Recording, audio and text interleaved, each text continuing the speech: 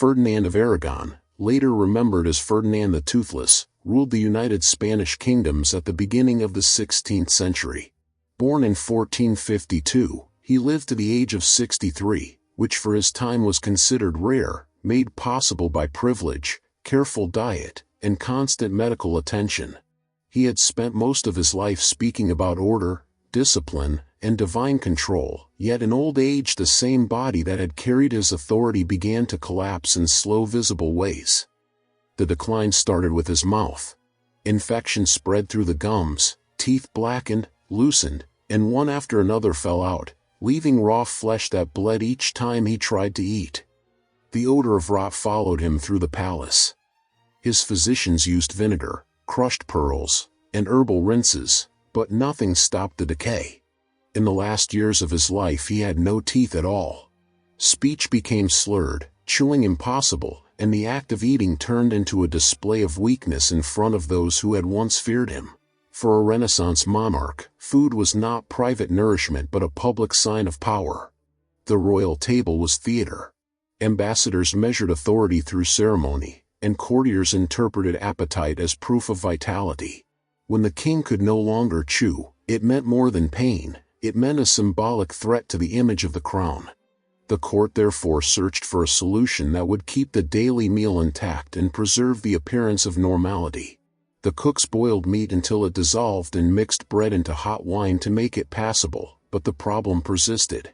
Ferdinand had lost all sense of flavor. Food no longer gave pleasure, and every swallow felt like work. At first the staff treated it as a temporary inconvenience. Servants fed him with small spoons and wiped the blood from his lips. But within months it became clear that this condition would not improve. The physicians agreed that the king needed to eat in public, not for nutrition alone but to maintain confidence in the stability of the state. That decision turned a private illness into a collective duty. The existing system of tasters offered a starting point. In every palace food was sampled by servants before the king touched it, to guard against poison. Under Ferdinand that practice changed its purpose. Instead of tasting a small portion and discarding it, the tasters were ordered to chew the food completely so it could be swallowed without effort. They worked in sequence, passing each dish from mouth to mouth until it reached the royal tray in a form soft enough for him to consume. It solved the immediate problem. The king could sit through banquets again, the ceremonies looked unchanged, and the illusion of strength returned. As weeks passed the procedure became permanent. Rosters were created, rules written, and participation soon extended beyond servants. Courtiers of rank volunteered, calling the act a privilege. Chewing for the king was now described as service, a gesture of unity between ruler and subject. The language of faith entered the practice. Priests called it a symbol of sharing the burden of power, while physicians justified it as a necessary adaptation. In the absence of modern knowledge about contagion, no one saw danger in the chain of contact that grew longer with every meal. Ferdinand accepted it without resistance. He had nothing left to taste and no reason to refuse what others prepared. The process allowed him to perform the role expected of him, and for a court built on appearances that was enough. Yet his body began to change. Small fevers followed meals, the lips cracked, and ulcers formed inside the mouth. The doctors attributed it to age, exhaustion, or divine testing. The servants who took part in the feeding also began to fall ill, but their absence was quietly replaced by others.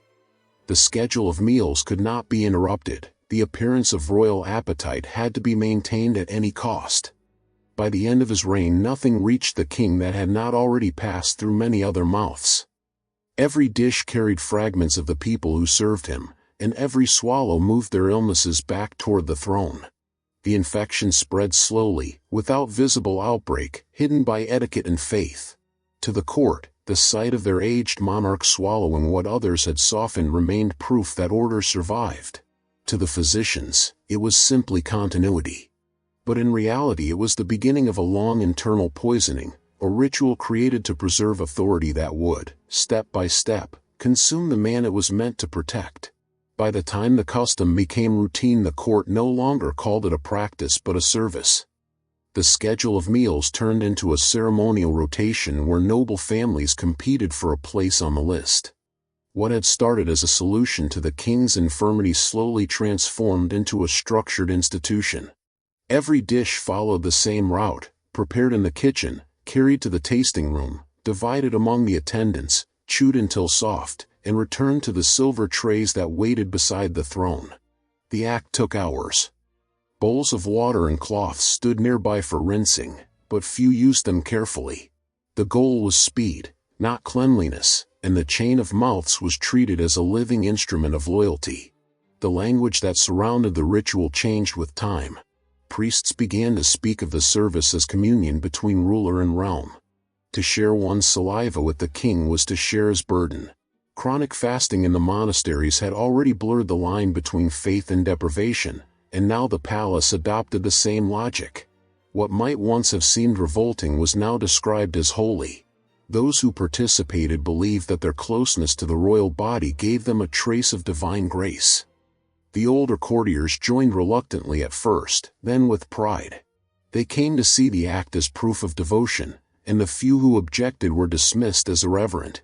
Inside the kitchens the atmosphere changed. Servants whispered about recurring illness among the tasters. Many suffered from sores around the mouth and swelling of the tongue. Several died of fevers that the doctors called seasonal. The records stayed silent because no one wanted to link these deaths to the king's meals. The palace needed the illusion of order, and so the ritual continued. The trays moved in steady rhythm through rooms filled with steam, smoke, and the noise of retching. For those assigned to the duty, vomiting was common. They were required to continue regardless, chew again, and deliver the softened remnants back to the trays. No one dared to stop. The presence of the king at the table depended on their performance, and hesitation meant disgrace. Ferdinand himself grew weaker, but his expression remained fixed. He sat upright, swallowed whatever reached him, and accepted the applause of his attendants. He no longer distinguished between food, saliva, or bile. Everything that entered his body had already passed through the bodies of others, and still the court called it unity. Physicians recorded that his digestion failed, that he vomited after several meals, and that his skin turned yellow and thin. Yet they repeated the same explanation: fatigue, age, divine trial. They prescribed rest and prayer, not change. Over the following months the pattern deepened. New servants were recruited to replace the sick, and the number of participants grew. The palace corridors filled with the stench of reheated food and disinfectants made from vinegar and herbs. Bowls overflowed, floors were washed constantly, and flies swarmed in the heat. Despite this, banquets continued. Ambassadors attended and reported that the king looked pale but determined, that the court still followed its rituals precisely, that the kingdom appeared stable. The illusion held because the machinery of ceremony never stopped. In private, Ferdinand's health declined faster. The infections spread from his mouth to the throat and stomach. He could no longer sleep without pain, and the fevers became constant. His physicians noted ulcers on the tongue, a distended abdomen, and lesions on the skin. Some suspected parasites, others believed in divine punishment. None connected the cause to the ritual that surrounded him daily. The servants continued to chew, to spit, to retch, and to pass the food forward. The idea that this might be killing the king never reached his ears, or perhaps he no longer cared. The ritual had become larger than him. It was now the heartbeat of the court, a rhythm that defined obedience itself. By the second year the illnesses among the attendants grew impossible to ignore. Coughs turned bloody, fevers spread from chamber to chamber, and still the process did not stop. The priests insisted that suffering proved faith, and the courtiers obeyed. Ferdinand remained the silent center of that contagion, a man who fed on his own kingdom without ever realizing it. Every day he consumed what his people expelled, and every night his body returned in his sickness. Yet to those who watched, this exchange appeared as divine endurance. In a world where survival equaled authority, the sight of the king still seated at table meant that God had not withdrawn his favor. The ritual, born from weakness, had become the symbol of stability. It united faith, loyalty, and disease into one continuous act. The king's body no longer belonged to medicine or reason. It had become the altar on which the court fed itself, and no one dared to imagine what would happen when that altar finally failed. As the second year of the ritual passed, the palace itself began to change. The chain of people involved in the feeding had grown so large that the line now reached beyond the royal chambers into the lower courtyards. Servants waited with trays, courtiers supervised, and priests moved among them offering short prayers that called the act a blessing. What had once been a private adjustment had now become a permanent system, recorded in the household accounts and scheduled with military precision. Each day the process began at dawn and ended at sunset. The kitchen never cooled, the tasting rooms never stood empty, and the smell of half-digested food lingered everywhere. The infections spread quietly at first. Mouth ulcers, throat inflammation, stomach pain. Then came fevers and abscesses that refused to heal. Physicians kept separate lists of the sick but did not compare them, afraid to see the pattern. The illnesses followed the chain of preparation exactly, moving from the lower servants to the tasting attendants, then to the courtiers, and finally to the royal household. No one wanted to name it as contagion. To suggest that the king's table could cause disease meant questioning the legitimacy of the crown itself, and no one at court dared to take that step. Ferdinand continued to eat through others. His skin had turned pale and waxy, the lips swollen, the eyes ringed with dark bruises, yet he appeared in public each day as the same figure of ritual endurance. The fevers that gripped him after meals were now constant. He vomited frequently, sometimes during banquets, and the servants who cleaned the floor were told to treat it as sacred matter. What came out of the king's body was no longer seen as waste but as a physical sign of divine trial. The priests sprinkled wine over the stains and called it purification. The palace staff learned to ignore the smell. Every surface was wiped with vinegar and herbs, but the scent of infection could not be hidden. Walls absorbed it, cloths held it, and even the gardens beyond the kitchen began to rot from the constant disposal of spoiled food. Rats multiplied. Flies covered the corridors. Still, the daily ritual continued. To stop feeding the king would have meant admitting failure, and the court had built its faith on continuity. Outside the palace the pattern repeated. Reports from nearby towns spoke of servants falling ill after returning from royal duty. Merchants who delivered supplies complained of nausea and fever. The contagion followed the routes of trade and tribute, spreading from the royal kitchens to the bakeries, the fisheries, and the farms that served them. No one connected the sickness to the table of the monarch. The physicians in the provinces blamed the summer heat. The priests called it divine cleansing. Within the palace the situation grew worse. The attendants who chewed the food often vomited into the trays and were forced to continue. The line had to keep moving. Those who could not finish their portion were replaced on the spot. Some fainted from exhaustion. Others bled from the mouth. The process was supervised by officials who recorded every substitution as though it were an act of devotion. No one asked whether the food was still edible. It reached the king warm and wet, and he swallowed it as always, eyes half closed, too weak to speak but unwilling to let the ceremony end. By then his body had become a host for everything that had passed through others. Parasites entered the bloodstream, ulcers covered his tongue, and each breath carried the odor of infection. His doctors continued to treat him with prayers and ointments, certain that obedience mattered more than medicine.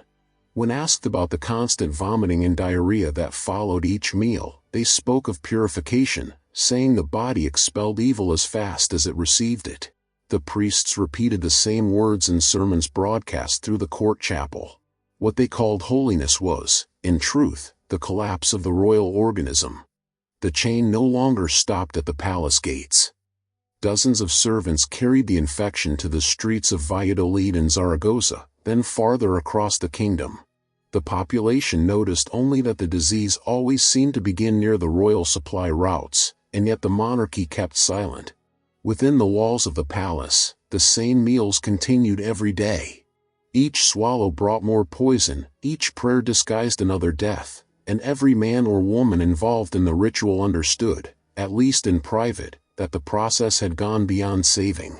The court now lived inside a closed system of decay. The same food was prepared, chewed, swallowed, and expelled. The same fever passed from servant to king and back again. The same phrases were spoken to keep fear away. And through it all Ferdinand sat at the center of that circle, feeding and being fed, consuming the very sickness that his own power had created. By the third year of the ritual the disease had become part of daily life. The court no longer tried to hide it. The smell of decay filled every corridor, yet no one mentioned it directly. The priests said that holiness was not clean, that divine trials were meant to smell of flesh. They compared the king's sickness to the suffering of saints, and people began to repeat those words until they no longer sounded absurd. The idea that illness could prove devotion became the central belief of the palace. The more the body failed, the stronger the faith appeared. Ferdinand's condition deteriorated visibly. The skin around his mouth had turned black, and ulcers spread across the neck and chest. His joints swelled, his eyes were half closed from constant fever, and his stomach was distended from infection. He could no longer stand without help. Each meal left him trembling, yet the ritual continued without pause. Food passed through dozens of mouths before reaching him, mixed with saliva, sometimes with vomit, and served on polished silver as if nothing had changed. He swallowed slowly, the liquid dripping from his lips, and the attendants watched in silence. The physicians recorded the bleeding as purification. They rubbed his skin with oil and prayed while the sores oozed beneath their hands. Outside his chamber the servants worked in endless repetition. They chewed, they retched, they replaced those who collapsed. No one was allowed to refuse participation. The walls were constantly washed, but the air carried the stench of sickness that no incense could hide. The palace had become a living hospital without cure, a space where every breath carried infection. Still, the routine held, because the court had long confused endurance with loyalty. To stop would mean to admit that the king had been destroyed by the very ritual meant to protect him. By this point Ferdinand could no longer recognize most of the faces around him. His eyes moved slowly, searching for shapes rather than people. The sores reached his arms and legs, and the swelling of his throat made speaking painful. His body was covered in cloths soaked with vinegar. At night attendants heard him choking in his sleep and rushing to wipe the fluid from his mouth before morning audiences. Each dawn they dressed him again, cleaned the wounds, and carried him to the chair where he sat through the ceremonies. To those who entered the room he still looked like a ruler performing duty, but under the layers of linen his body had already begun to decompose.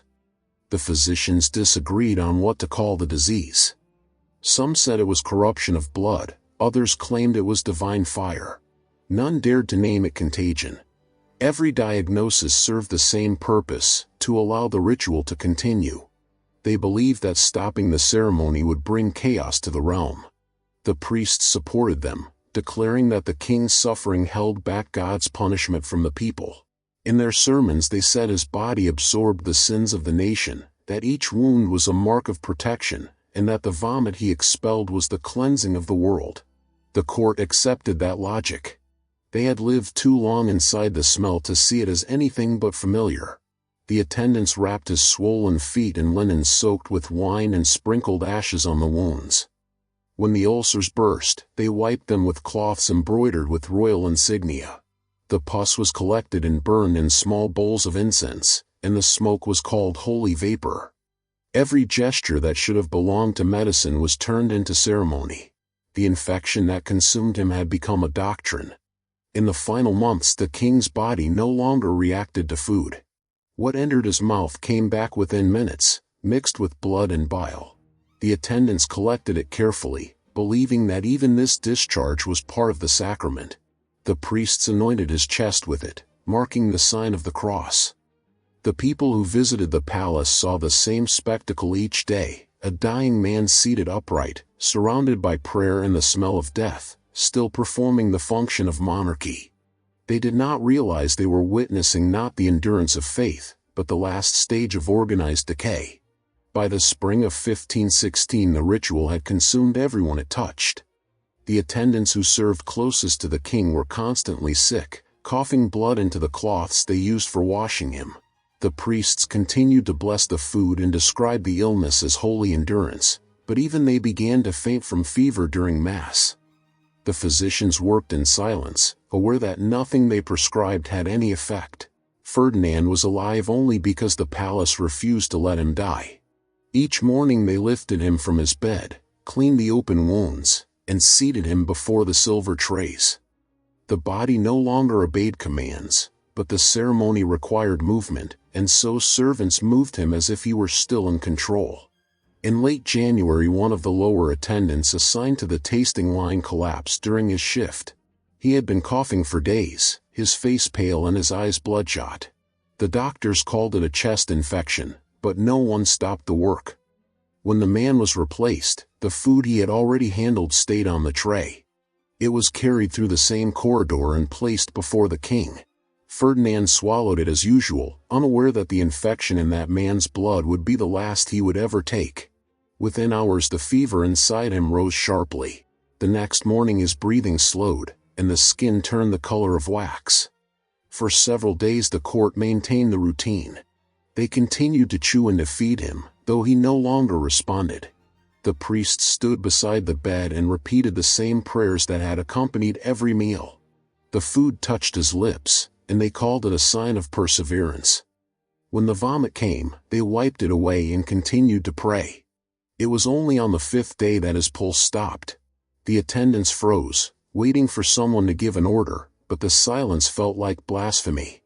The priests instructed them to complete the final feeding, saying the body still carried the grace of the throne. The next morning the same ritual resumed, this time before a corpse. Servants chewed the bread, mixed it with wine, and placed it in his mouth. The mixture flowed back onto the cloth, and still they called it service. The physicians stood motionless, unwilling to declare death until the priests finished their rites. When they finally spoke, they said the words that everyone already knew but no one wanted to pronounce. Ferdinand of Aragon was dead. The court described his passing as peaceful, a departure marked by devotion and faith. The reality was infection, transmitted through the mouth of a dying servant to the mouth of a dying king. After his death the palace remained sealed for weeks. Dozens of attendants fell ill, and the sickness spread through the city. Officials ordered the burning of linens and utensils, but the contamination could not be contained. The ritual that had defined loyalty now defined plague. Chronicles of the time mentioned only that the king died surrounded by prayer, but the records of the household told another story, a list of names of those who served in the last rotation and never returned. The body of Ferdinand was embalmed hastily and buried without ceremony. The court dispersed, and the silence that followed was heavier than mourning.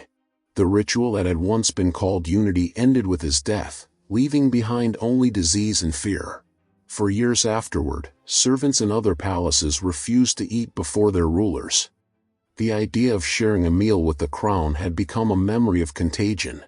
In the end, the story of Ferdinand the Toothless was remembered not for his wars or his politics, but for the ritual that turned faith into decay.